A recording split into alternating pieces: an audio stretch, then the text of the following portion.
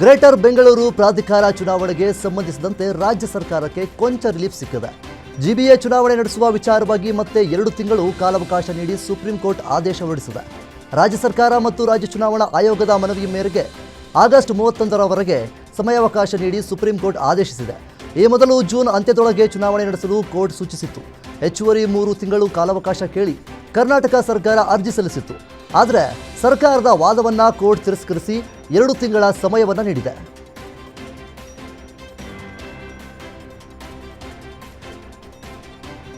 ರಾಜ್ಯ ಕಾಂಗ್ರೆಸ್ ಪಕ್ಷದಲ್ಲಿ ದಿನದಿಂದ ದಿನಕ್ಕೆ ಸಿಎಂ ಕುರ್ಚಿಗಾಗಿ ಕಸರತ್ತು ಹೆಚ್ಚಾಗುತ್ತಿದ್ದು, ಇದರ ಬೆನ್ನಲ್ಲೇ ಡಿಸಿಎಂ ಡಿಕೆ ಶಿವಕುಮಾರ್ ಪ್ರತಿಕ್ರಿಯೆ ನೀಡಿದ್ದಾರೆ.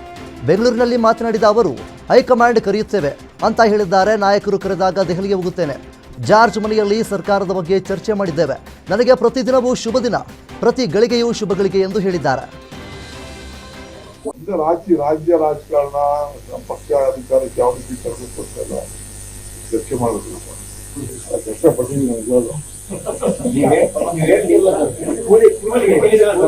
ನಾನು ಕೂಲಿ ಯಾರನ್ನು ಕೇಳಿಲ್ಲ, ನಾನೇ ಕೂಲಿಗೆ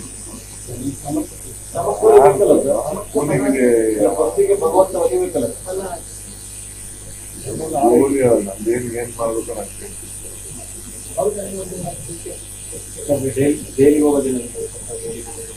ಕರೆದಾಗ ಹೋಗ್ತೀನಿ, ಕರಿತೀನಿ ಅಂತ ಹೇಳಿದ್ದಾರೆ.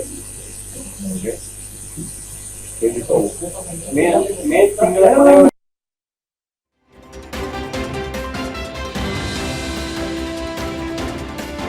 ರಾಜ್ಯ ರಾಜಕಾರಣದಲ್ಲಿ ಬಹುದಿನಗಳಿಂದ ಚರ್ಚೆಯಾಗುತ್ತಿರುವ ಸಿಎಂ ಕುರ್ಚಿ ಫೈಟ್ ಹಾಗೂ ನಾಯಕತ್ವ ಬದಲಾವಣೆಯ ಗೊಂದಲಗಳು ಇದೀಗ ಕ್ಲೈಮ್ಯಾಕ್ಸ್ ಹಂತಕ್ಕೆ ತಲುಪಿದ ಮುನ್ಸೂಚನೆ ಸಿಕ್ಕಿದೆ. ಹಿರಿಯ ಸಚಿವ ಕೆಎಚ್ ಮುನಿಯಪ್ಪ ಅವರ ಇತ್ತೀಚಿನ ಹೇಳಿಕೆ ಕಾಂಗ್ರೆಸ್ ಪಾಳೆಯದಲ್ಲಿ ತೀವ್ರ ಸಂಚಲನವನ್ನು ಮೂಡಿಸಿದೆ. ಮುಂದಿನ 15ರಿಂದ 20 ದಿನಗಳ ಒಳಗಾಗಿ ರಾಜ್ಯದ ನಾಯಕತ್ವ ಗೊಂದಲ ಮತ್ತು ಸಂಪುಟ ಸರ್ಜರಿ ಸೇರಿದಂತೆ ಎಲ್ಲಾ ವಿಷಯಗಳಿಗೂ ಸಂಪೂರ್ಣ ಪರಿಹಾರ ಸಿಗಲಿದೆ ಎಂದು ಸ್ಪಷ್ಟಪಡಿಸಿದ್ದಾರೆ. ಮುಖ್ಯಮಂತ್ರಿಯವರು ಮುಂದಿನ ವಾರ ದೆಹಲಿಗೆ ತೆರಳಿ ಹೈಕಮಾಂಡ್ ನಾಯಕರನ್ನ ಭೇಟಿ ಮಾಡಲಿದ್ದು, ಈ ತಿಂಗಳ ಅಂತ್ಯದ ವೇಳೆಗೆ ಹೈಕಮಾಂಡ್ ಮಟ್ಟದಲ್ಲೇ ಎಲ್ಲದಕ್ಕೂ ಶೀಘ್ರ ನಿರ್ಧಾರ ಹೊರಬೀಳಲಿದೆ ಎಂದು ಅವರು ಸುಳಿವು ನೀಡಿದ್ದಾರೆ.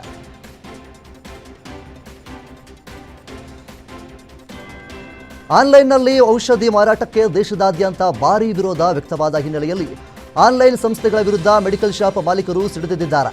ಇಂದು ದೇಶದಾದ್ಯಂತ ಮೆಡಿಕಲ್ ಶಾಪ್ಗಳಿಗೆ ಎಐಒಸಿಡಿ ಬಂದ್ಗೆ ಕರೆ ಕೊಟ್ಟಿತ್ತು.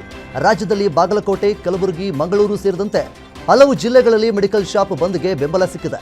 ಇನ್ನು ರಾಜ್ಯದ ಕೆಲವು ಜಿಲ್ಲೆಗಳಲ್ಲಿ ರೋಗಿಗಳ ಹಿತದೃಷ್ಟಿಯಿಂದ ಬಂದ್ ಮಾಡುವುದಿಲ್ಲ, ಬದಲಾಗಿ ಕಪ್ಪು ಪಟ್ಟಿ ಧರಿಸಿ ನೈತಿಕ ಬೆಂಬಲ ನೀಡಿದ್ದಾರೆ.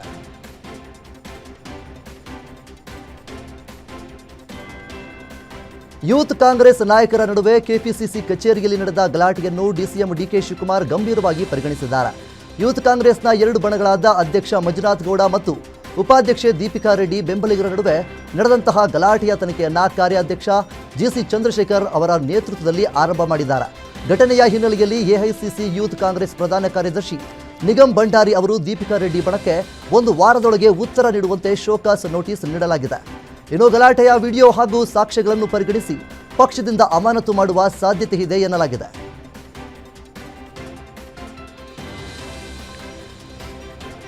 ಯೂತ್ ಕಾಂಗ್ರೆಸ್ ನಾಯಕರ ನಡುವೆ ಕೆಪಿಸಿಸಿ ಕಚೇರಿಯಲ್ಲಿ ನಡೆದ ಗಲಾಟೆ ಡಿಸಿಎಂ ಡಿಕೆ ಶಿವಕುಮಾರ್ ಕೆಂಡಕಾರಿದ್ದಾರೆ. ಬೆಂಗಳೂರಿನಲ್ಲಿ ಮಾತನಾಡಿದ ಅವರು, ನಮ್ಮ ಕಾಂಗ್ರೆಸ್ ಪಕ್ಷದಲ್ಲಿ ಶಿಸ್ತು ಮುಖ್ಯ. ಗಲಾಟೆ ಮಾಡಿಕೊಂಡ ಎಲ್ಲರನ್ನೂ ಕಿತ್ತು ಬಿಸಾಕ್ತೀವಿ. ಈಗಾಗಲೇ ನಮ್ಮ ಕಾರ್ಯದರ್ಶಿಗೆ ಕ್ರಮ ತೆಗೆದುಕೊಳ್ಳಲು ಹೇಳಿದ್ದೇನೆ ಎಂದು ಕಿಡಿಕಾರಿದ್ದಾರೆ.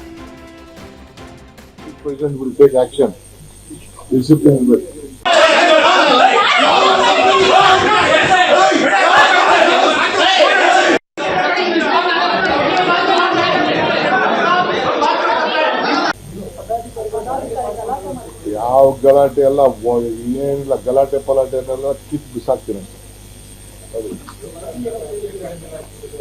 ನಮ್ಮ general secretary working president will take action. Discipline ಇರಬೇಕು. ಯಾವ ಗಲಾಟೆ ಎಲ್ಲ ಏನಿಲ್ಲ, ಗಲಾಟೆ ಪಲಾಟೆನೆಲ್ಲ ಕಿತ್ತು ಬಿಸಾಕ್ತೀನಿ.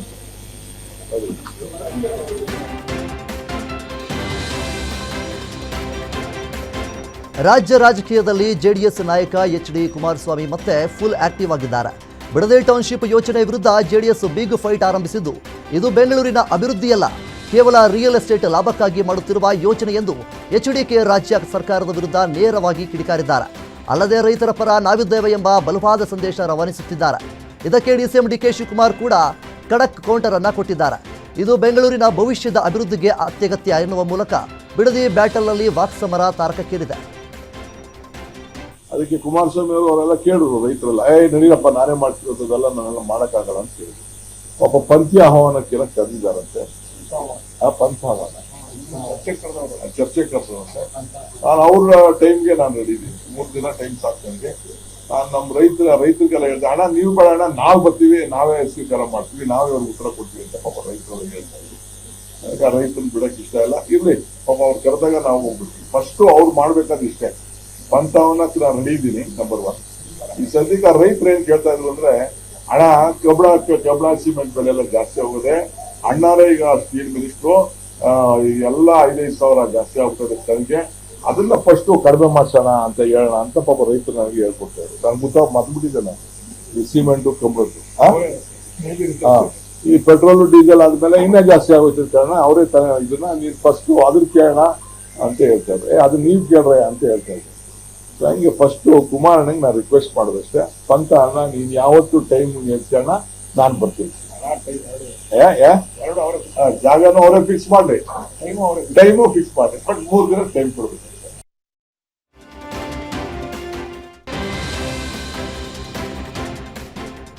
ಬಿಡದಿ ಟೌನ್ಶಿಪ್ ನಿರ್ಮಾಣಕ್ಕೆ ಜೆಡಿಎಸ್ ನಾಯಕರು ವಿರೋಧ ವ್ಯಕ್ತಪಡಿಸಿದ್ದು, ವಿರೋಧದ ನಡುವೆಯೂ ರಾಜ್ಯ ಸರ್ಕಾರ ಟೌನ್ಶಿಪ್ ನಿರ್ಮಾಣಕ್ಕೆ ಮುಂದಾಗಿದೆ. ಗೃಹ ಕಚೇರಿಯಲ್ಲಿ ಬಿಡದಿ ರೈತ ಮುಖಂಡರ ಜೊತೆ ಡಿಸಿಎಂ ಡಿಕೆ ಶಿವಕುಮಾರ್ ಸಭೆ ನಡೆಸಿದ್ದಾರೆ. ಈ ವೇಳೆ ಡಿಸಿಎಂ ಜೊತೆಗಿನ ಸಭೆ ವೇಳೆ ಈಗ ಆಶ್ವಾಸನೆ ನೀಡಿರುವ ಪರಿಹಾರ ಸಾಕಾಗುವುದಿಲ್ಲ, ಬದಲಾಗಿ 1 ಎಕರೆ ಜಮೀನಿಗೆ ಪರಿಹಾರದ ಜೊತೆಗೆ 1 ಸೈಟ್ ನೀಡುವಂತೆ ಡಿಮ್ಯಾಂಡ್ ಇಟ್ಟಿದ್ದಾರೆ.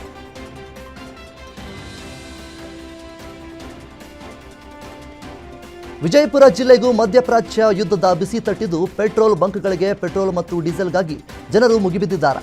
ಜಿಲ್ಲೆಯಲ್ಲಿನ 7 ರಿಂದ 8 ಬಂಕ್ಗಳಲ್ಲಿ petrol diesel ಖಾಲಿಯಾಗಿದ್ದು, Basavana Bagewadi bunk full rush ಆಗಿದೆ. ಹೀಗಾಗಿ ಜನರು ಬೆಲೆ ಏರಿಕೆಯ ನಡುವೆಯೂ ಪೆಟ್ರೋಲ್ ಡೀಸೆಲ್ ಸಿಗುತ್ತೋ ಇಲ್ವೋ ಅನ್ನೋ ಆತಂಕದಲ್ಲಿ ಬಂಕ್ಗಳ ಬಳಿ ವಾಹನ ಸವಾರರು ಸಾಲುಗಟ್ಟಿ ನಿಂತಿದ್ದಾರೆ. ಇನ್ನು ಮುಂಜಾಗ್ರತಾ ಕ್ರಮವಾಗಿ ಬಂಕ್ಗಳ ಬಳಿ ಪೊಲೀಸ್ ಬಿಗಿ ಭದ್ರತೆ ವಹಿಸಿದ್ದಾರೆ.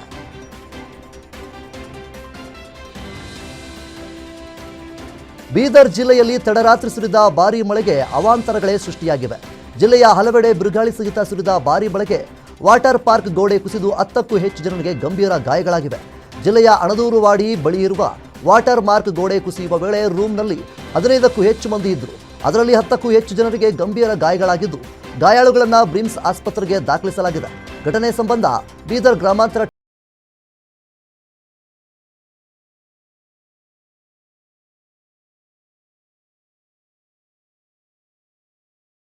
ಅಂತರಗಳು ಸೃಷ್ಟಿಯಾಗಿವೆ.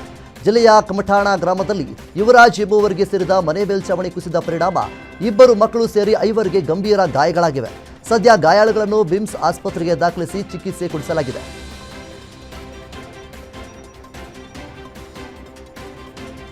ವಿಜಯನಗರ ಜಿಲ್ಲೆಯಲ್ಲಿ ಭಾರೀ ಮಳೆಯಾಗಿದ್ದು, ಬಿರುಗಾಳಿ ಸಹಿತ ಸುರಿದ ಮಳೆಯನ್ನು ಕಂಡು ರೈತರು ಕಂಗಾಲಾಗಿದ್ದಾರೆ. ಜಿಲ್ಲೆಯಲ್ಲಿ ಸುರಿದ ಅಕಾಲಿಕ ಮಳೆಗೆ ರೈತರು ಬೆಳೆದ ಬೆಳೆಗಳು ಸಂಪೂರ್ಣ ನೆಲಕಚ್ಚಿವೆ. ಅಲ್ಲದೆ ನಿಂಬಳಗೆರೆ ಶಾಲೆಯ ಗೋಡೆ ಕುಸಿದಿದೆ. ಶಾಲೆ ಕಟ್ಟಡಗಳು ಸೋರುತ್ತಿದ್ದ ಹಿನ್ನೆಲೆಯಲ್ಲಿ ಮೇಲ್ಛಾವಣಿಗೆ ಕಬ್ಬಿಣದ ಶೀಟ್ಗಳನ್ನು ಹಾಕಲಾಗಿತ್ತು. ತಡರಾತ್ರಿ ಬೀಸಿದ ಬಿರುಗಾಳಿ ಮಳೆಗೆ ಶೀಟ್ಗಳು ಎಲ್ಲವೂ ಕುಂಬೆ ಸಮೇತ ನೆಲಕ್ಕೆ ಹುರುಳಿವೆ. ಇನ್ನು ಉಜ್ಜಯಿನಿ ಸುತ್ತಮುತ್ತಲಿನ ಗ್ರಾಮಗಳಲ್ಲಿ ಭಾರೀ ಹಾನಿಯಾಗಿದೆ.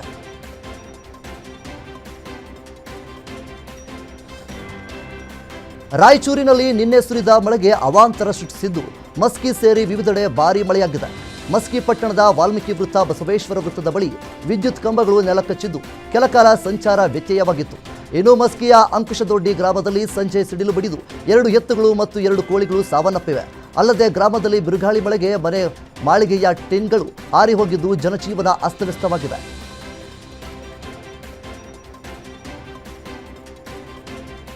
ಬಳ್ಳಾರಿಯಲ್ಲಿ ಗಾಳಿ ಮಳೆಗೆ ಹಲವಾರು ಅವಾಂತರಗಳೇ ಸೃಷ್ಟಿಯಾಗಿದ್ದು, ತಡರಾತ್ರಿ ಸುರಿದ ಭಾರೀ ಮಳೆಗೆ ನಗರದ ಹಲವೆಡೆ ಜನಜೀವನ ಅಸ್ತವ್ಯಸ್ತವಾಗಿದೆ. ಇನ್ನು ಬಿರುಗಾಳಿ ಸಹಿತ ಸುರಿದ ಭಾರೀ ಮಳೆಗೆ ವಿದ್ಯುತ್ ಕಂಬಗಳು, ಬೃಹತ್ ಮರಗಳು ಧರೆಗುರುಳಿವೆ. ಅಲ್ಲದೆ ಬೈಕ್ ಹಾಗೂ ಕಾರುಗಳ ಮೇಲೆ ಬಿದ್ದ ಪರಿಣಾಮ ವಾಹನಗಳು ಸಂಪೂರ್ಣ ಜಖಮ್ಮಾಗಿವೆ.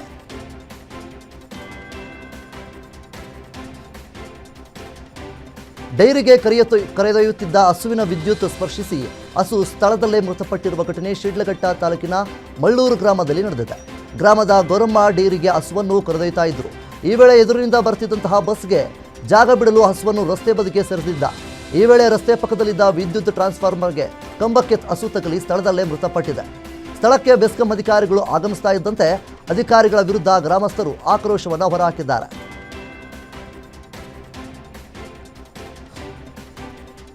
ಯಾದಗಿರಿ ಜಿಲ್ಲೆಯಲ್ಲಿ ಒಂದು ಕಡೆ ಪೂರ್ವ ಮಳೆಯ ಅವಾಂತರವಾದರೆ ಮತ್ತೊಂದು ಕಡೆ ಅಡಿ ನೀರಿಗೂ ಹಾಹಾಕಾರ ಶುರುವಾಗಿದೆ. ಜಿಲ್ಲೆಯ ಕನಗಂಡನಹಳ್ಳಿ ಗ್ರಾಮದಲ್ಲಿ ಬೇಸಿಗೆ ಬಿಸಿಲ ದಾಹ ತಣಿಸಿಕೊಳ್ಳಲು ಕಿಲೋಮೀಟರ್ ಗಟ್ಟಲೆ ಅಲೆದಾಡುವ ಸ್ಥಿತಿ ಎದುರಾಗಿದೆ. ಗ್ರಾಮದಲ್ಲಿ ಕೋಟ್ಯಾಂತರ ಹಣ ಸುರಿದು ಜೆಜೆಎಂ ಕಾಮಗಾರಿ ಮಾಡಿದ್ರು.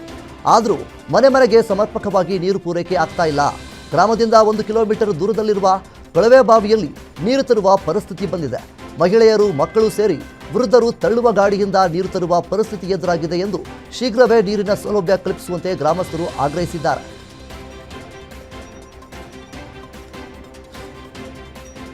ಹೆಣ್ಣು ಮಗು ಎಂದು ಒಂದು ದಿನದ ಹಸುಗೂಸನ್ನ ಕಾಡಿನ ಪೊದೆಯೊಳಗೆ ಎಸೆದಿರುವ ಘಟನೆ ಚಿಕ್ಕಮಗಳೂರು ಜಿಲ್ಲೆ ಎನ್ಆರ್ಪುರದ ಮುತ್ತಿನ ಕೊಪ್ಪದಲ್ಲಿ ನಡೆದಿದೆ. ಮಗುವಿನ ಅಳು ಸದ್ದನ್ನು ಸ್ಥಳೀಯರಿಗೆ ಕೇಳಿಸಿದ್ದು ಕೂಡಲೇ ಪೊಲೀಸ್ ಇಲಾಖೆ ಮಾಹಿತಿ ನೀಡಿದ್ದಾರೆ. ಇನ್ನು ಅಧಿಕಾರಿಗಳ ಮುಖಾಂತರ ಶಿವಮೊಗ್ಗ ಆಸ್ಪತ್ರೆಗೆ ರವಾನಿಸಲಾಗಿದ್ದು ಸಿಡಿಪಿಒ ಮುಖಾಂತರ ಮಗುವನ್ನು ದತ್ತು ಸಂಸ್ಥೆ ಹಸ್ತಾಂತರಿಸಲಿದ್ದಾರೆ.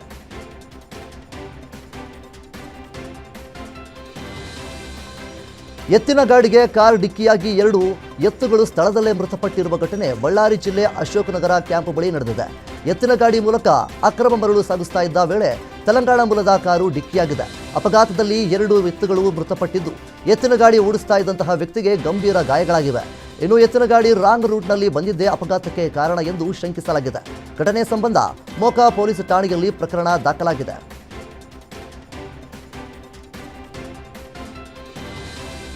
ಬಳ್ಳಾರಿ ಜಿಲ್ಲೆಯ ಕಂಪ್ಲಿ ಪಟ್ಟಣದಲ್ಲಿ ಪತಿ ಮತ್ತು ಅತ್ತೆಯ ನಿರಂತರ ಮಾನಸಿಕ ಕಿರುಕುಳಕ್ಕೆ ಬೇಸತ್ತು 24 ವರ್ಷದ ಗೃಹಿಣಿ ಐಶ್ವರ್ಯ ಡೆತ್ ನೋಟ್ ಬರೆದಿಟ್ಟು ನೇಣಿಗೆ ಶರಣಾಗಿದ್ದಾರೆ. ಈ ಘಟನೆಗೆ ಸಂಬಂಧಿಸಿದಂತೆ ಕಂಪ್ಲಿ ಪೊಲೀಸರು ಮೃತರ ಪತಿ ಪ್ರದೀಪ್ ಕುಮಾರ್ ಹಾಗೂ ಆತನ ತಾಯಿಯನ್ನ ಬಂಧಿಸಿದ್ದಾರೆ. ಐಶ್ವರ್ಯ ಮತ್ತು ಪಶುಸಂಗೋಪನೆ ಇಲಾಖೆಯ ವೈದ್ಯರಾದ ಪ್ರದೀಪ್ ಕುಮಾರ್ ಪರಸ್ಪರ ಪ್ರೀತಿಸಿ ಮದುವೆಯಾಗಿದ್ದರು. ಆದರೆ ಮದುವೆಯಾದ ದಿನದಿಂದಲೂ ಅತ್ತೆ ಐಶ್ವರ್ಯಗೆ ನಿರಂತರವಾಗಿ ಮಾನಸಿಕ ಕಿರುಕುಳ ನೀಡುತ್ತಾ ಇದ್ರು. ಕೊನೆಗೆ ಕಿರುಕುಳ ತಾಳಲಾರದೆ ಗಂಡನ ಮನೆಯಿಂದ ತವರು ಮನೆಗೆ ಬಂದಿದ್ದ ಐಶ್ವರ್ಯ ಅಲ್ಲಿಯೇ ಆತ್ಮಹತ್ಯೆ ಮಾಡಿಕೊಂಡಿದ್ದಾರೆ. ಸದ್ಯ ಕಂಪ್ಲಿ ಪೊಲೀಸ್ ಠಾಣೆಯಲ್ಲಿ ಪ್ರಕರಣ ದಾಖಲಾಗಿದ್ದು ತನಿಖೆ ನಡೀತಾ ಇದೆ.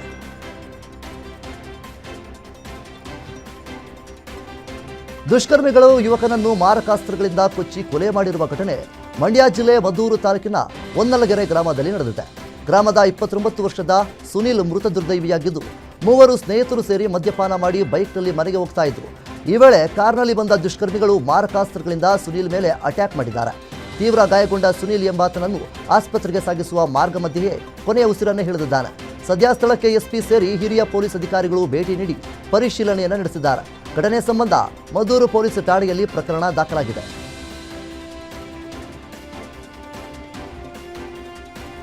ಬೆಂಗಳೂರಿನ ಗೋವಿಂದರಾಜನಗರ ಪೊಲೀಸ್ ಠಾಣೆ ಪೊಲೀಸರಾದ ಪ್ರಸನ್ನ ನೇತಾಜಿ ಎಂಬುವರ ಮೇಲೆ ಹಲ್ಲೆಗೆ ಡೀಲ್ ಕೊಟ್ಟ ಆರೋಪ ಕೇಳಿಬಂದಿದೆ.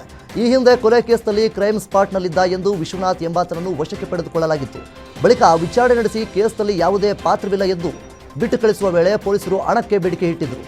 ಬಳಿಕ ನಿವೃತ್ತ ಪೊಲೀಸ್ ಇನ್ಸ್ಪೆಕ್ಟರ್ ಮಗನೆಂದು ತಿಳಿದು ಬಿಟ್ಟು ಕಳಿಸಿದ್ದ ಪೊಲೀಸರು ಇದಾದ ಕೆಲ ದಿನದಲ್ಲೇ ವಿಶ್ವನಾಥನ ಮನೆ ಬಳಿ ಬಂದ ಯುವಕರು ಮಾರಕಾಸ್ತ್ರಗಳಿಂದ ತಂದೆ ಮಂಜುನಾಥ ಹಾಗೂ ಮಗ ವಿಶ್ವನಾಥ್ ಎಂಬುವವರ ಮೇಲೆ ಹಲ್ಲೆ ನಡೆಸಿದ್ದಾರೆ. ಅಲ್ಲದೆ ಪೊಲೀಸರಿಂದಲೇ ಡೀಲ್ ಬಂದಿದೆ ಎಂದು ಹೇಳಿ ವಿಶ್ವನಾಥ್ ಅವನ ತಂದೆ ಮಂಜುನಾಥ್ಗೆ ಲಾಂಗು ಮತ್ತು ಕಟ್ಟಿಗೆಯಿಂದ ಹೊಡೆದು ಹಲ್ಲೆ ಮಾಡಿದ್ದಾರೆ. ಸದ್ಯ ಪೊಲೀಸರೇ ಯುವಕರಿಗೆ ಸುಪಾರಿ ಕೊಟ್ಟು ಹಲ್ಲೆ ಮಾಡಿಸಿದ್ದಾರೆಂದು ಗೋವಿಂದರಾಜನಗರ ಪೊಲೀಸ್ ಠಾಣೆಗೆ ದೂರು ನೀಡಿದ್ದಾರೆ. ದೂರಿನ ಮೇರೆಗೆ ಹಲ್ಲೆ ಮಾಡಿ ಪರಾರಿಯಾಗಿರುವ ಪ್ರಜ್ವಲ್ ಮತ್ತೊಬ್ಬ ಆರೋಪಿ ವಿರುದ್ಧ ಎಫ್ಐಆರ್ ದಾಖಲಾಗಿದ್ದು ಆರೋಪಿಗಳಿಗಾಗಿ ಪೊಲೀಸರು ಬಲೆ ಬೀಸಿದ್ದಾರೆ.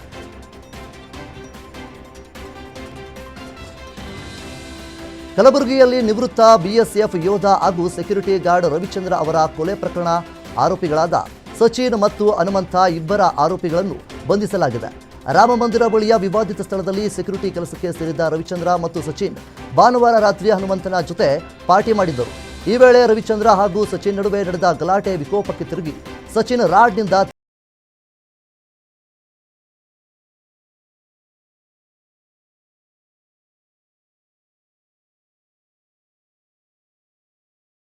ದೇವನಹಳ್ಳಿ ತಾಲೂಕಿನ ದೊಡ್ಡಸಾಗರಹಳ್ಳಿ ಗ್ರಾಮದ ಬಳಿ ಸಾಲದ ಸುಳಿಗೆ ಸಿಲುಕಿದ್ದ ಕಾರ್ಪೆಂಟರ್ ರಾಜೇಶ್ ಎಂಬುವರ ಶವ ಕೆರೆಯ ಬಳಿ ಅನುಮಾನಾಸ್ಪದವಾದ ರೀತಿಯಲ್ಲಿ ಪತ್ತೆಯಾಗಿದೆ. ಬಡ್ಡಿ ದಂಧೆಕೋರರೇ ರಾಜೇಶ್ನನ್ನ ಕೊಲೆ ಮಾಡಿ ಕೆರೆಯಲ್ಲಿ ಬಿಸಾಡಿದ್ದಾರೆ ಎಂದು ಕುಟುಂಬಸ್ಥರು ಗಂಭೀರ ಆರೋಪವನ್ನ ಮಾಡಿದ್ದಾರೆ. ಕಳೆದ 2 ದಿನಗಳ ಹಿಂದೆ ಕಾರ್ಪೆಂಟರ್ ಕೆಲಸಕ್ಕೆಂದು ತೆರಳಿದ್ದ ರಾಜೇಶ್ ಮನೆಗೆ ವಾಪಸ್ ಬಂದಿರಲಿಲ್ಲ. ನಾಪತ್ತೆಯಾಗುವ ಮುನ್ನ ತನ್ನ ತಮ್ಮನಿಗೆ ಕರೆ ಮಾಡಿದ್ದ ರಾಜೇಶ್ ನಾನು ಸಾಲ ಕಟ್ಟಬೇಕು, ತಕ್ಷಣ ಹಣ ಕಳಿಸು ಎಂದು ಆತಂಕದಿಂದ ಹೇಳಿದ್ದರು. ಇದೀಗ ರಾಜೇಶ್ ಶವವಾಗಿ ಪತ್ತೆಯಾಗಿದ್ದು ಬಡ್ಡಿ ದಂಧೆಗೆ ಮತ್ತೊಂದು ಜೀವ ಬಲಿಯಾಗಿದೆ ಎಂದು ಕುಟುಂಬಸ್ಥರು ಕಣ್ಣೀರು ಹಾಕುತ್ತಿದ್ದಾರೆ. ಸ್ಥಳಕ್ಕೆ ವಿಶ್ವನಾಥಪುರ ಪೊಲೀಸರು ಭೇಟಿ ನೀಡಿ ಪರಿಶೀಲನೆಯನ್ನು ನಡೆಸಿದ್ದು ತನಿಖೆ ಮುಂದುವರೆಸಿದ್ದಾರೆ.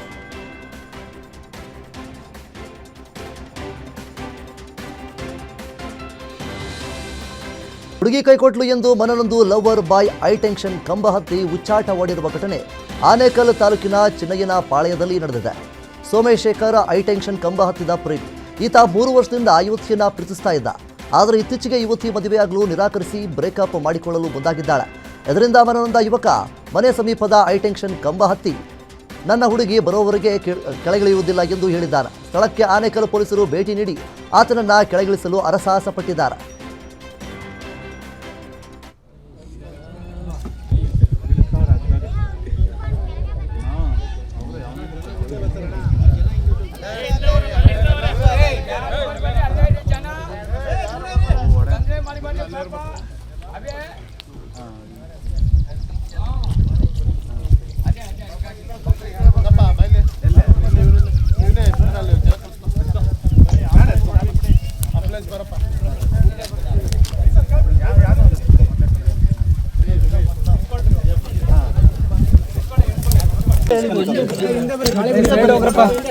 ಎದ್ದೇಳ ಸ್ವಲ್ಪ ಮೇಲೆ ಇಟ್ಕೊಳ್ಳಿ, ಮೇಲ್ ಬಿಡ್ಬೇಡಿ.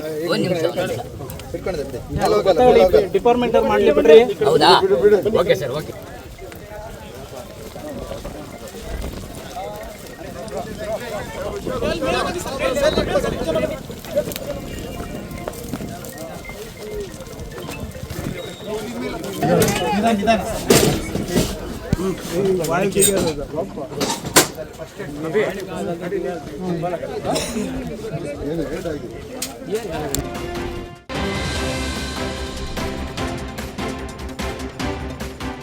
ಬೀದರ್ನ ಬಸವ ಕಲ್ಯಾಣದಲ್ಲಿ ಆರ್ಎಸ್ಎಸ್ ಗೀತೆಯ ಗಾಯನದ ವಿವಾದ ಭುಗಿಳಿದಿದೆ. ಇದೇ ಮೇ 16 ಮತ್ತು 17ರಂದು ಬಸವ ಕಲ್ಯಾಣದಲ್ಲಿ ಪಂಡಿತ್ ದೀನದಯಾಳ ಉಪಾಧ್ಯಾಯ ತರಬೇತಿ ಶಿಬಿರ ನಡೆದಿತ್ತು. ತರಬೇತಿ ಶಿಬಿರದ ನೆಪದಲ್ಲಿ ಬಸವಣ್ಣನವರ ಮೂರ್ತಿ ಎದುರು ಆರ್ಎಸ್ಎಸ್ ಪ್ರಾರ್ಥನೆ ಮಾಡಿದ್ದಾರೆಂದು ಆರೋಪಿಸಿ ಭಾರೀ ಆಕ್ರೋಶವನ್ನು ಹೊರಹಾಕಿದ್ದಾರೆ. ಬಿಜೆಪಿ ಆರ್ಎಸ್ಎಸ್ ಕಾರ್ಯಕರ್ತರ ನಡೆಗೆ ಬಸವಣ್ಣನ ಭಕ್ತರು ಖಂಡಿಸಿದ್ದು, ಶಾಸಕ ಪ್ರಭು ಚವ್ಹಾಣ್ ಹಾಗೂ ಬಿಜೆಪಿ ಮುಖಂಡರು ಸೇರಿದಂತೆ ಬಸವ ಮಹಾಮನೆ ಪೀಠಾಧಿಪತಿ ಸಿದ್ದರಾಮೇಶ್ವರ ಶ್ರೀ ವಿರುದ್ಧ ಕಿಡಿಕಾರಿದ್ದಾರೆ. ಇಂತಹ ಕೆಲಸದಿಂದ ಬಸವಣ್ಣನವರ ತತ್ವಕ್ಕೆ ಚ್ಯುತಿ ತರಲಾಗುತ್ತಿದೆ. ಕೂಡಲೇ ಸ್ವಾಮೀಜಿಯನ್ನ ಪೀಠದಿಂದ ಹೊರಹಾಕಬೇಕೆಂದು ರಾಷ್ಟ್ರೀಯ ಬಸವದಳ ರಾಜ್ಯ ಘಟಕದ ಅಧ್ಯಕ್ಷ ಬಸವರಾಜ್ ಪಾಟೀಲ್ ಒತ್ತಾಯಿಸಿದ್ದಾರೆ. ಮಾಡ್ರಿ ಅಂತ ಮೊದಲೇ ಹೇಳ್ಬಿಡ್ತಾರ, ನೀವು ಏನಾರ ಮಾಡ್ರಿ.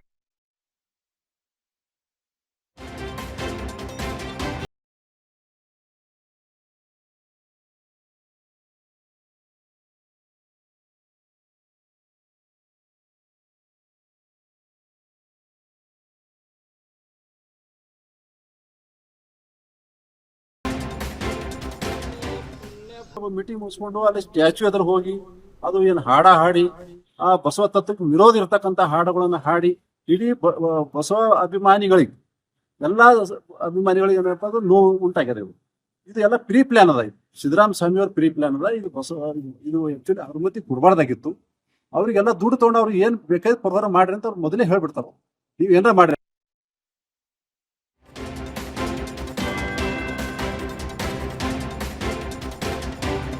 ಸಮಯಕ್ಕೆ ಸರಿಯಾಗಿ ಹಾಸ್ಟೆಲ್ ವಿದ್ಯಾರ್ಥಿಗಳಿಗೆ ಉಪಹಾರ ಮಾಡಿಸದೆ ನಿರ್ಲಕ್ಷ್ಯ ತೋರಿದ ವಾರ್ಡನ್ ವಿರುದ್ಧ ಚಿತ್ರದುರ್ಗದ ಚಳ್ಳಕೆರೆ SC/ST ಹಾಸ್ಟೆಲ್ ವಿದ್ಯಾರ್ಥಿಗಳು ಪ್ರತಿಭಟನೆ ನಡೆಸಿದ್ದಾರೆ. ಚಳ್ಳಕೆರೆ ಗೇಟ್ ಬಳಿಯ SC/ST ಹಾಸ್ಟೆಲ್ನಲ್ಲಿ ಸಮಯಕ್ಕೆ ಸರಿಯಾಗಿ ಉತ್ತಮ ಆಹಾರ ನೀಡುತ್ತಾ ಇಲ್ಲ. ಜೊತೆಗೆ ವಿದ್ಯಾರ್ಥಿಗಳ ಸಮಸ್ಯೆಗಳಿಗೆ ವಾರ್ಡನ್ ಪಯಸಾ ಭಾಷಾ ಅವರು ಸ್ಪಂದಿಸ್ತಾ ಇಲ್ಲ ಎಂದು ಆರೋಪಿಸಿ ವಿದ್ಯಾರ್ಥಿಗಳು ಪ್ರತಿಭಟನೆ ನಡೆಸಿದ್ದಾರೆ. ಅಲ್ಲದೆ ವಾರ್ಡನ್ ಪಯಸಾ ಭಾಷಾ ಅವರ ವಿರುದ್ಧವಾಗಿ ಸಾಲು ಸಾಲು ಆರೋಪ ಮಾಡಿ ವಾರ್ಡನ್ ವಿರುದ್ಧ ಕ್ರಮ ಕೈಗೊಳ್ಳುವಂತೆ ಒತ್ತಾಯಿಸಿದ್ದಾರೆ.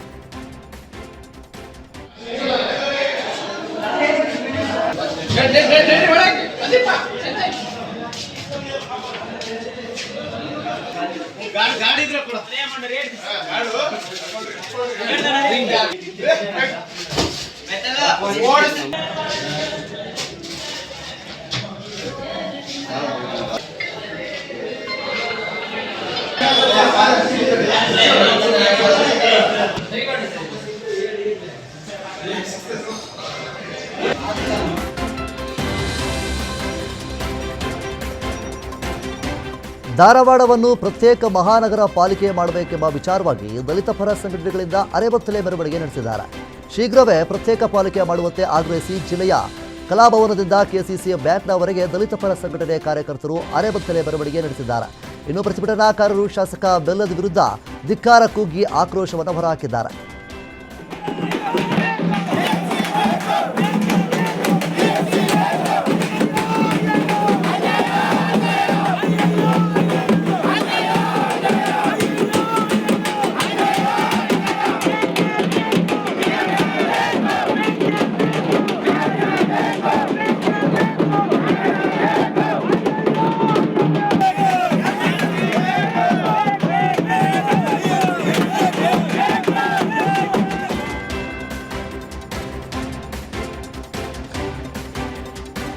ಬಾಗಲಕೋಟೆ ಜಿಲ್ಲೆಯಾದ್ಯಂತ ಇರುವ ಅಕ್ರಮ ಮರಳು ಅಡ್ಡೆಗಳ ಮೇಲೆ ಲೋಕಾಯುಕ್ತ ಅಧಿಕಾರಿಗಳು ದಾಳಿ ನಡೆಸಿದ್ದಾರೆ. ಬೆಂಗಳೂರು ಲೋಕಾಯುಕ್ತರ 4-5 ತಂಡದಿಂದ ಏಕಕಾಲಕ್ಕೆ ಜಿಲ್ಲೆಯಾದ್ಯಂತ ದಾಳಿಯನ್ನು ನಡೆಸಿದ್ದಾರೆ.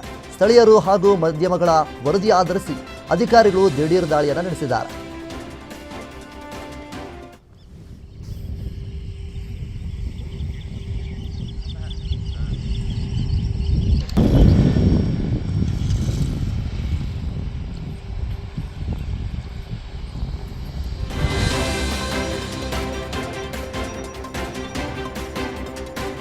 ವಿಜಯನಗರದ ಕೊಟ್ಟೂರು ಪಟ್ಟಣದಲ್ಲಿ ಮುಸುಕು ಕಳ್ಳರ ಹಾವಳಿ ಹೆಚ್ಚಾಗಿದೆ. ಪಟ್ಟಣದ ಎಸ್ಬಿಐ ಬ್ಯಾಂಕ್ ಬಳಿ ಕಳ್ಳತನ ಮಾಡಲು ಸ್ಕೆಚ್ ಹಾಕಿದ್ದು ಪಟ್ಟಣದ ಹಲವೆಡೆ ಓಡಾಟ ನಡೆಸಿದ್ದಾರೆ. ನಗರದ ಕಡ್ಲಿ ವೀರೇಶ್ ಅವರ ಮನೆಯಲ್ಲಿದ್ದ ಸಿಸಿಟಿವಿಯಲ್ಲಿ ಮುಸುಕುದಾರಿ ಕಳ್ಳರ ಚಲನವಲನ ಸರಿಯಾಗಿದೆ.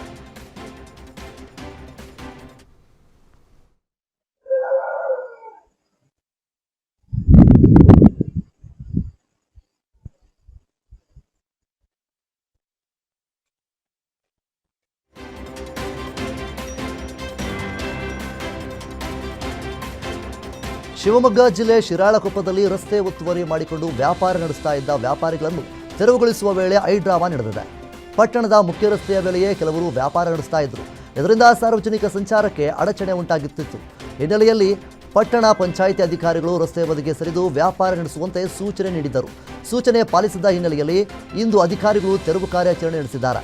ಈ ವೇಳೆ ವ್ಯಾಪಾರಿಯೊಬ್ಬರು ಅಧಿಕಾರಿಗಳ ವಿರುದ್ಧ ತೀವ್ರ ಅಸಮಾಧಾನವನ್ನು ವ್ಯಕ್ತಪಡಿಸಿ ಮಾರಾಟಕ್ಕೆ ಇಟ್ಟಿದ್ದಂತಹ ಮಾವಿನ ಹಣ್ಣುಗಳನ್ನು ರಸ್ತೆಯ ಮಧ್ಯೆ ಸುರಿದು ಪ್ರತಿಭಟನೆಯನ್ನು ನಡೆಸಿದ್ದಾರೆ. ಇದರಿಂದ ಕೆಲಕಾಲ ಸ್ಥಳದಲ್ಲಿ ಗೊಂದಲದ ವಾತಾವರಣ ನಿರ್ಮಾಣವಾಗಿತ್ತು. ಬಳಿಕ ಪಟ್ಟಣ ಪಂಚಾಯಿತಿ ಸಿಬ್ಬಂದಿ ಹಾಗೂ ಪೌರ ಕಾರ್ಮಿಕರು ರಸ್ತೆಗೆ ಸುರಿದಿದ್ದ ಮಾವಿನ ಹಣ್ಣುಗಳನ್ನು ತೆರವುಗೊಳಿಸಿ ಸಂಚಾರ ವ್ಯವಸ್ಥೆ ಸುಗಮಗೊಳಿಸಿದ್ದಾರೆ.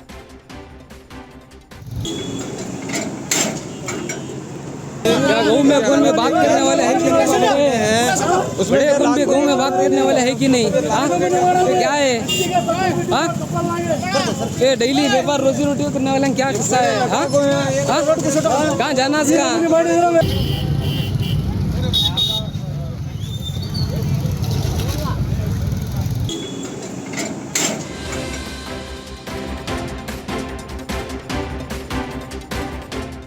ಜಿಂಕೆ ಜಾತಿಗೆ ಸೇರಿದ ಕಾಡು ಪ್ರಾಣಿಯನ್ನು ಬೇಟೆಯಾಡಿದ್ದ 3 ಆರೋಪಿಗಳನ್ನು ಸಿಐಡಿ ಅರಣ್ಯ ಘಟಕದ ಪೊಲೀಸರು ಕ್ಷಿಪ್ರ ಕಾರ್ಯಾಚರಣೆ ನಡೆಸಿ ಯಶಸ್ವಿಯಾಗಿ ಬಂಧಿಸಿದ್ದಾರೆ.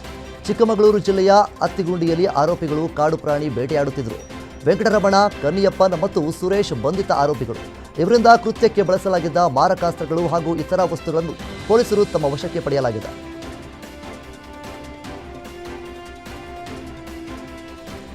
ತಮಿಳುನಾಡಿನಲ್ಲಿ ನಟ ರಾಜಕಾರಣಿ ದಳಪತಿ ವಿಜಯ್ ಅವರ ನೇತೃತ್ವದ ಸರ್ಕಾರ ರಚನೆಯಾದ ಬೆನ್ನಲ್ಲೇ ಈಗ ಸರ್ಕಾರ ಪತನದ ಭೀತಿ ಎದುರಾಗಿದೆ. ಸಿಎಂ ವಿಜಯ್ ಸರ್ಕಾರಕ್ಕೆ ಮಿತ್ರ ಪಕ್ಷವಾದ ಸಿಪಿಐಎಂ ಬೆಂಬಲ ವಾಪಸ್ ಪಡೆಯುವ ನೇರ ಬೆದರಿಕೆ ಹಾಕಿದ್ದು ತಮಿಳುನಾಡು ರಾಜಕೀಯದಲ್ಲಿ ಭಾರೀ ಸಂಚಲನವನ್ನು ಸೃಷ್ಟಿಸಿದೆ. ಇತ್ತೀಚೆಗೆ ನಡೆದ ಚುನಾವಣೆಯಲ್ಲಿ 108 ಸ್ಥಾನ ಗೆದ್ದಿದ್ದ ವಿಜಯ್ ನೇತೃತ್ವದ ಟಿವಿಕೆ ಪಕ್ಷಕ್ಕೆ ಸಿಪಿಐಎಂ ಬೆಂಬಲ ನೀಡಿತ್ತು. ವಿಧಾನಸಭೆಯ ವಿಶ್ವಾಸ ಮತಯಾಚನೆ ವೇಳೆ ಎಡಿಎಂಕೆ ಪಕ್ಷದ 25 ಶಾಸಕರು ಕೂಡ ವಿಜಯ್ ಪರ ಮತ ಚಲಾಯಿಸಿದ್ದರಿಂದ 144 ಮತಗಳೊಂದಿಗೆ ವಿಜಯ್ ಗೆದ್ದು ಬೀಗಿದ್ದರು. ಆದರೆ ವಿಜಯ್ ಅವರು ಎಐಎಡಿಎಂಕೆ ಶಾಸಕರ ಬೆಂಬಲ ಪಡೆಯುತ್ತಿರುವುದಕ್ಕೆ ಸಿಪಿಐಎಂ ತೀವ್ರ ಆಕ್ರೋಶ ಹೊರಹಾಕಿದೆ.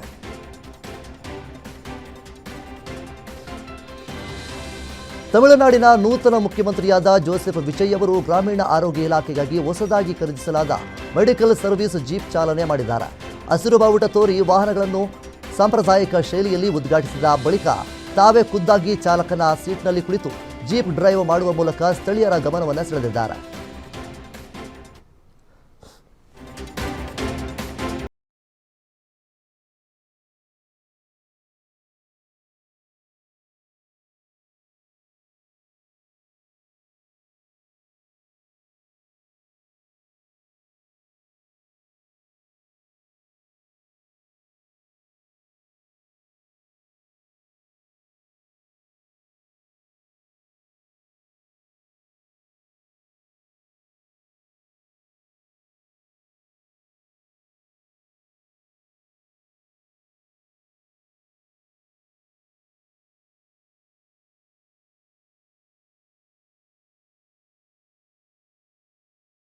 ಡ್ರ್ಯಾಗನ್ ಚಿತ್ರದ ಟೀಸರ್ ಬಿಡುಗಡೆ ಮಾಡುವ ಮೂಲಕ 43ನೇ ವಸಂತಕ್ಕೆ ಕಾಲಿಟ್ಟಿರೋ ಜೂನಿಯರ್ ಎನ್ಟಿಆರ್ಗೆ ಚಿತ್ರತಂಡ ಬಿಗ್ ಗಿಫ್ಟ್ ಕೊಟ್ಟಿದೆ.